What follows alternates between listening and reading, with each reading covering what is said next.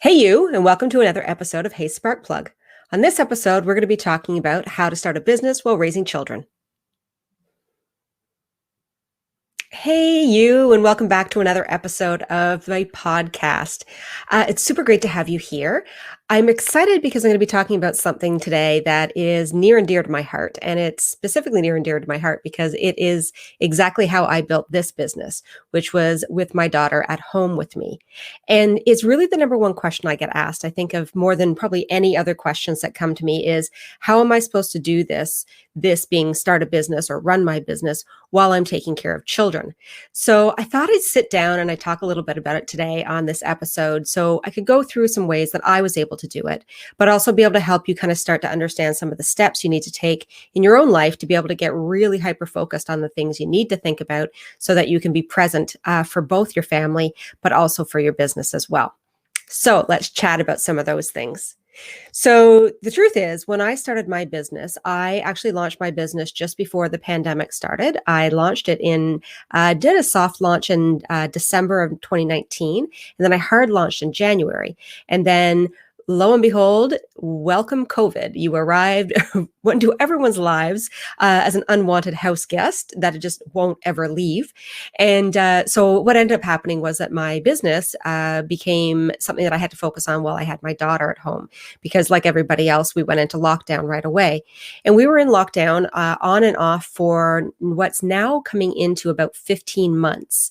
And in that time, it's been in and out, in and out, in and out of having childcare and support as well. So for the majority of the time, my daughter's been around me while I've been doing this. And I had to figure out really early how to do it so that I wasn't going to run myself into the ground, to be quite honest, but also be able to still be present as a mom, because that was the number one reason why I've started this business. And it still is my number one motivator. So I sat down and I had to have some hard conversations with myself about how am I going to make this work and what do I need to move and what do I need to focus on in order to be able to make sure that I'm still going to be able to find time to make money in the middle of all of this. And I'm not going to lie, like it wasn't easy. It wasn't like, I sat down and I said, 10 minutes later, I had this grand plan in place. The fact was, it took some time. There was a lot of trial and error. It took me some time to figure out what worked well and what didn't work well. The day that I'm recording this actually is a holiday in Canada. So we are at home again as a family today. And I'm working in between being a mom. And I can do it now because of the fact of the system that I've put in place in order to allow myself that ability. But if I didn't have the system, I know that I would still be in a place of feeling like I was constantly running and I was constantly behind the eight ball and not being able to catch up on the things that I needed to do. And just, holding a lot of space of overwhelm, I think would be kind of the best way to say that I know I would feel that if I hadn't have done this. So what I want to talk to you about today is exactly how I built my business. This is nothing that I'm coming in saying I'm teaching you something that I've never put into practice. I practice this daily.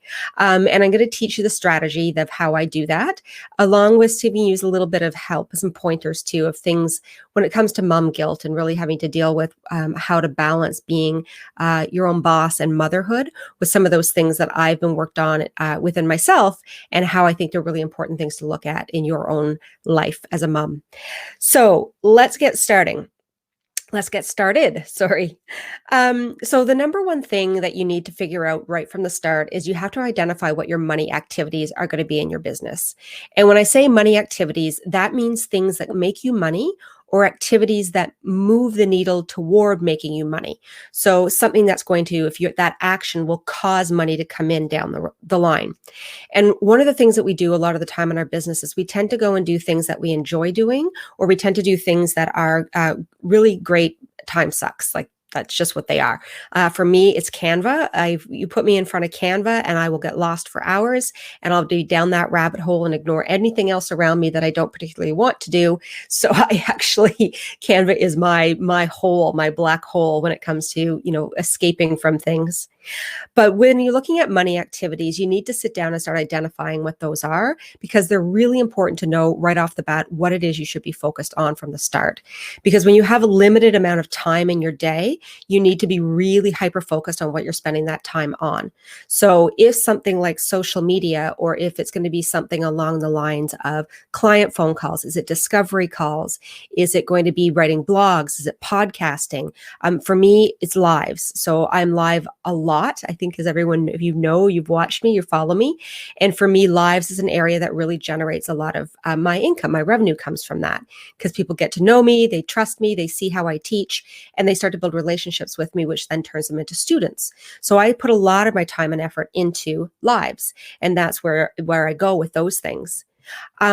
Really trying to understand again, what is it that is going to cause you to, bring money in the door, is the first thing you need to figure out before you do anything else moving forward.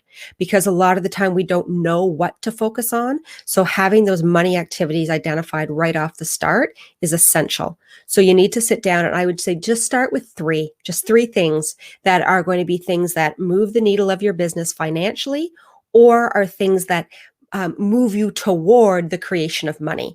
So it could be something like a discovery call, might be something where you give away a free 30-minute phone call to somebody, and just to get to know them and start to understand their needs.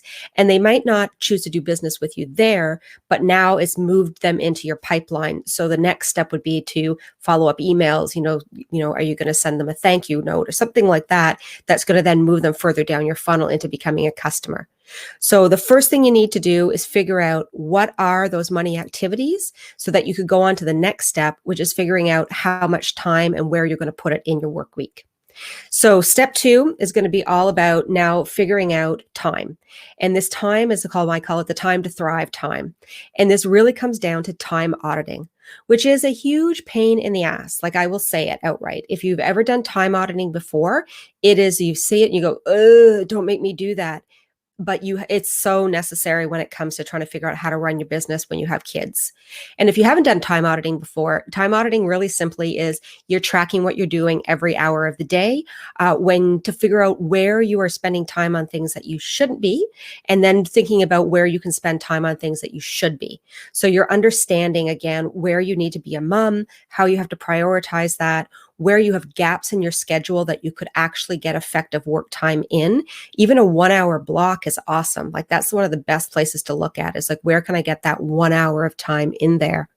Or then looking at saying things like, are there things in my calendar that I can offload?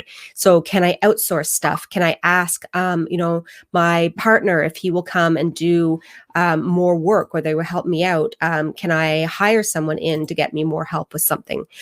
Is there some areas there where you can find more ability to be able to say, look, this is something I don't need to be doing, and I could actually be doing something that's making me money in this time, instead of maybe folding my laundry, maybe doing the groceries. Could be something as simple as like get your groceries delivered. But you won't know what it is until you sit down and you actually audit your time. Like, you go through that exercise of auditing your time. And you're going to go through and you're going to write down what you're doing in that hour slot. And you're going to start tracking it from, like, basically the minute that your feet hit the floor until you're like, I'm done for the day. Like, I can't do anything more. So I usually like to say, like, start around like 7 in the morning. Some people are earlier risers. Maybe you get up at 6, and then track it to be like, 9-ish, 10 o'clock. Don't go past 10. Like, try to avoid working like the 10, 11, 12, midnight, 3 a.m. routine. You're going to wear yourself out. Like, you're just going to run yourself thin. So think instead about, where can I find blocks in my day that I can get some effective work done without, again, running myself into the ground. So once you have that down, and you really want to do this for a minimum of 1 day, if you can get 2 or 3 days, that's awesome. But if you can only get 1 day, pick a day where it's a really typical day for you. So don't pick a crazy day. Like, don't pick like a holiday day where you're like, this isn't my normal day. Pick a day that is pretty typical. So what does a routine look like for you with the kids at home? If you're homeschooling, if you are doing daycare drop off, if you are doing nap time schedule, if you're raising your children in your house that they're still really young, like, what does it look like in there? And then where are those pockets of time that you can find things from that? Once you've identified that, the third step is all around protecting those blocks, like protecting those boundaries that you have of the time that's in your daily calendar. And how you do that is through time blocking. And a lot of people talk about time blocking and they think that time blocking, they do it in their head, but I'm talking about time blocking like you're going to put it in a calendar, not a paper calendar. I want you to put it into an electronic calendar where your phone is actually going to tell you this is what you should be doing right now. So if you go through your Google Calendar or Outlook, whatever you use, it does not matter. It just has to be something.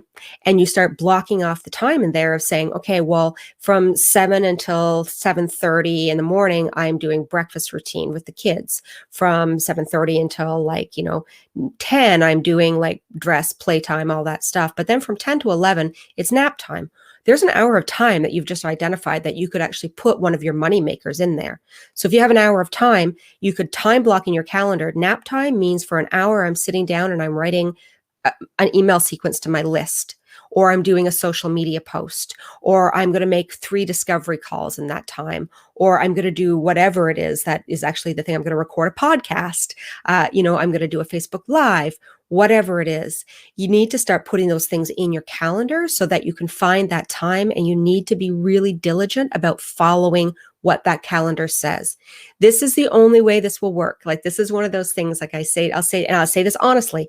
If I don't follow my calendar, and my calendar is time blocked like crazy, if I don't follow it and I just think, oh, I'll do it at a different time, I won't do it. I will find 60 other things to do. I will move on to other stuff, and then things don't get done. And when you're trying to raise kids and you're trying to scale a business, you need to really be focused on making sure stuff gets done, or else you'll never get that business moving forward. It doesn't mean you have to be spending like 40, 50, 60, 70 hours a week on it. You can do it in like 2 or 3 hours a day.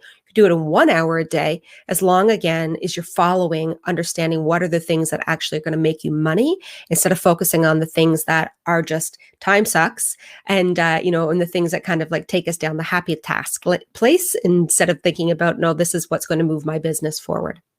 So those are the 3 things, like really right off the bat, of sitting down and looking at how can I put this together and how can I make this work effectively.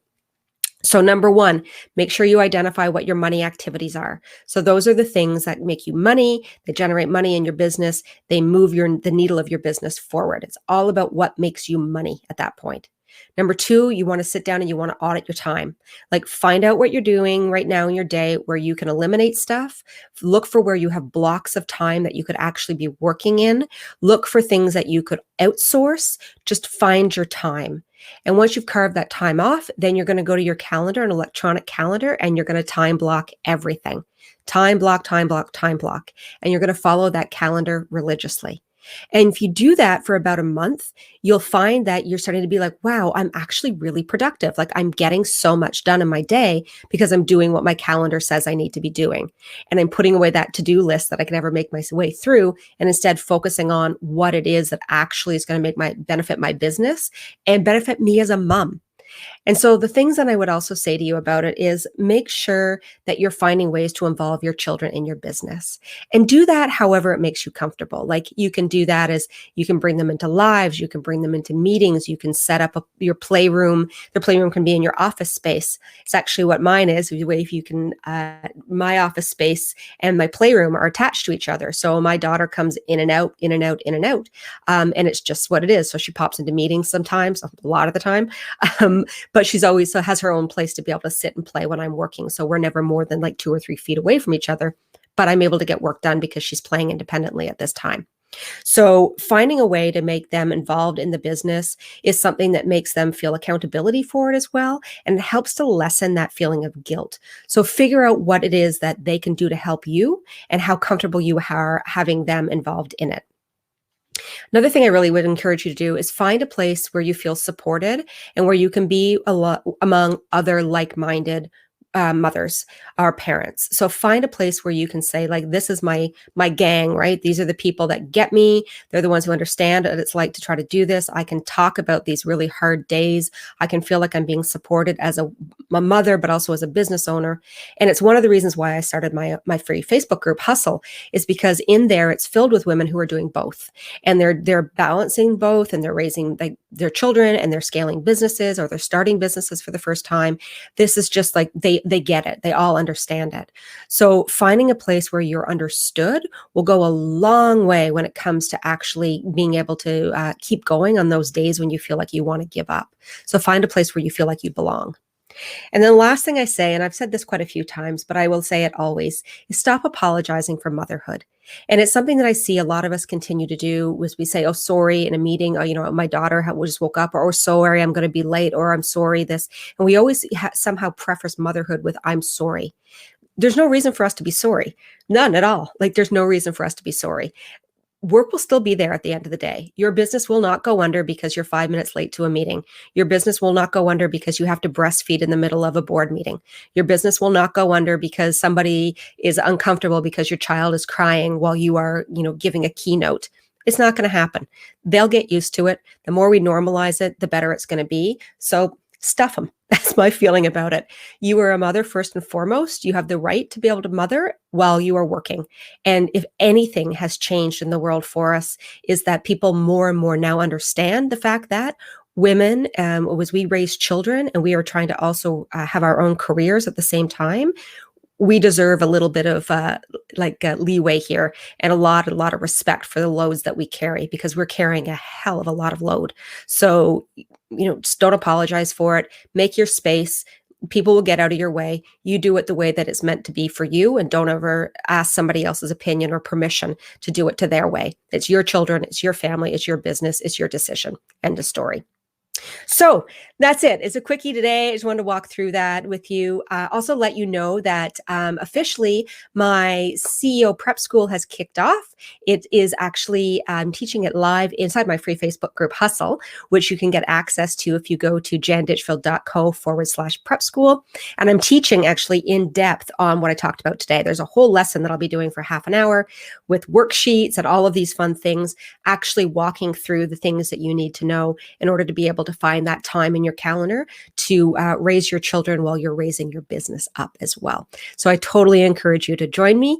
And also to let you know that officially on May 27th, doors to the Side Hustle Academy are opening again for the last time. I'm taking my last round of students into the Side Hustle Academy, and then we're going to be retiring the course. And I have a new course that will be coming out later this summer. Very excited about it, but I love Side Hustle Academy. So if you're thinking about starting your first business, totally invite you to get on the wait list. janditchfield.co/Side Hustle Academy. Doors officially open on Thursday, May 27th. And I'd love to have you join me. If you have questions about it, please feel free to reach out, send me a DM. You can get me on Instagram. You can get me on Facebook. You can get me by email as well. Just ask anything that you want to, and I'm happy to talk about it. It's a really awesome course, something I'm extremely proud of. So that's it for today. Motherhood and business. We could talk about that forever. It's definitely a difficult topic. It's a difficult life to live, but it is not an impossible one. So I'm here to help you. I'm here to give you as much moral support as I possibly can. And I'm here to tell you that I have had the days too. I definitely have the days where at the end of the day, I sit down and I'm like, what did I do today? But I always turn and look at my daughter and I'm like, oh, that's what I did. I raised a human being. So I wish you well in raising your human beings. I wish you well in raising your businesses. I want to thank you again for joining me today. It always means so much when you involve me in your day. And I hope you have a really fantastic one. So until next week, I'll be back then, same time, same place. Keep building something magical, spark plugs.